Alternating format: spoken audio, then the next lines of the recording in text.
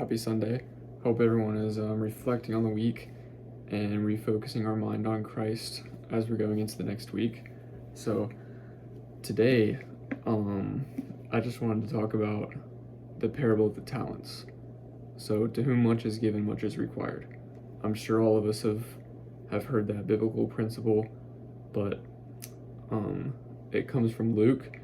So, like I said in the last video, it's from the Christmas series, the Luke Christmas series, and it's really cool because every year we read the same exact passage, the same exact Luke Christmas series, but every time I read it, God never fails to show me something different or put more power into something that I've never thought about before.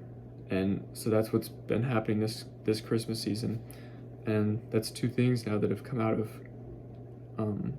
this Luke Christmas series. So, but the parable of the talents, I'm actually in Matthew because it's explained a little better in Matthew, because Matthew is very, very good at recording stuff. So we're going to be reading it out of Matthew, but I'm going to go ahead and read it real quick. For the kingdom of heaven is like a man traveling to a far country, who called his own servants and delivered his goods to them. And to one he gave 5 talents, to another 2, and to another 1, to each according to his own ability, and immediately he went on a journey. Then he who had received the 5 talents went and traded with them, and made another 5 talents. And likewise he who had received 2 gained another 2, so they each doubled their money.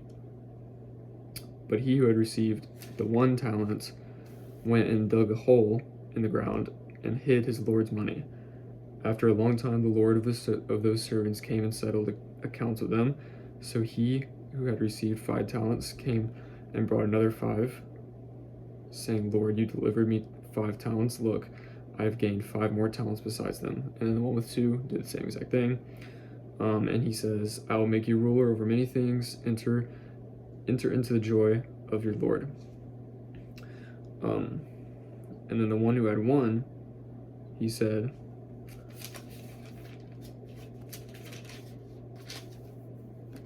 the dude said, I was afraid and went and hid your talent in the ground. And then he gave it back and just said, look, there you have what is yours. But his Lord answered and said to him, you wicked and lazy servant, you knew that I reap where I have not sown and gather where I have not scattered seed. So you ought to have deposited my money with the bankers, that at my coming I may have received it back with interest. So he's like, I would have at least received it with interest if you just put it in the bank instead of hid it in the ground.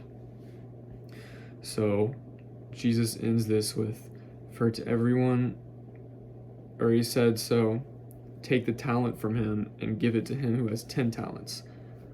So Jesus ended it with, for to everyone who has, more will be given, and he will have abundance. But from him who does not have, even what he has will be taken away.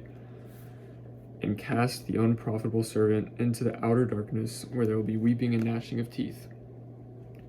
So I just think it's so powerful that the more you're given, the more is required of you. That's why Jesus spoke in so many parables, and the disciples questioned him in Matthew and said, why do you speak in parables? And Jesus said, because you guys have the knowledge, but they don't. So you understand it, but they don't, so I have to speak in parables. So that's why so much was required of the disciples, because they received the knowledge.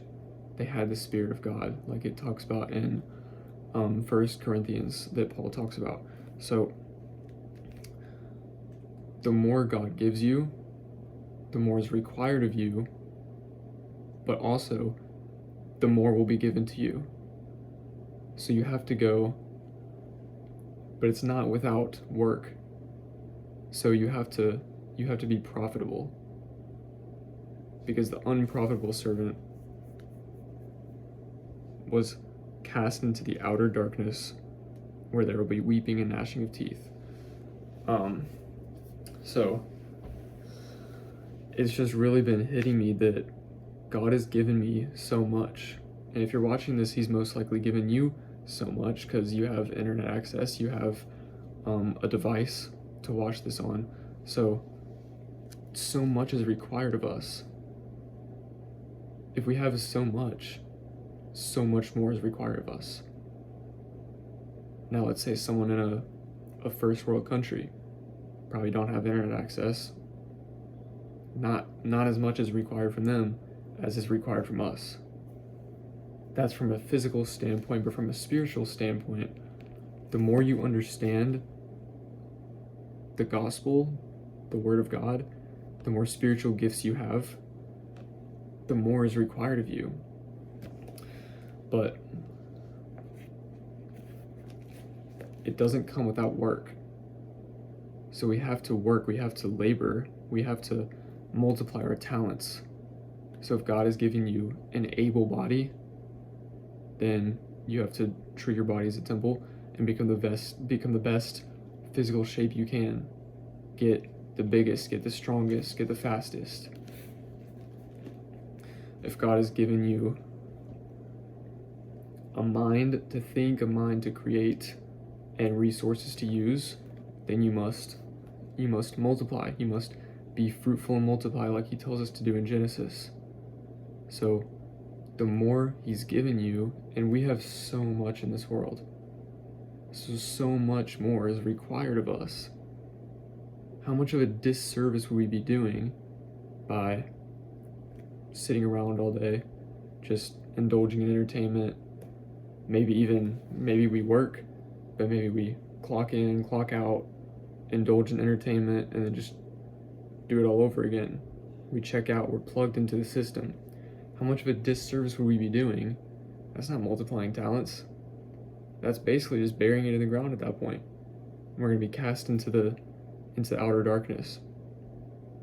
So we must multiply our talents. And that's a huge thing that I'm trying to live by. But it's also very hard to, it's a very fine line between keeping your mind on things of above and multiplying what you have here on earth, because it says don't store up treasures on earth.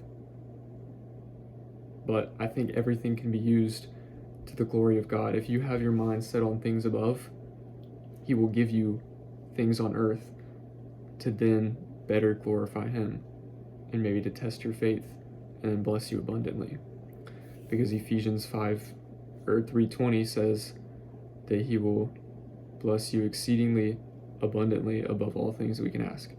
So very, very fine line, but I think we can keep a heavenly mindset, keep a kingdom perspective while being fruitful and profitable on earth, because that's what he's called us to do. And we can use it to the best of our ability. We can use it for our spiritual gifts. We can use it to spread the gospel. We can use it however he wants us to use it. Because Corinthians says, the calling of the Lord is irrevocable. So you need to find your calling. You need to ask God for your calling. Ask and you shall receive. And be fruitful and multiply. Don't be the unprofitable servant.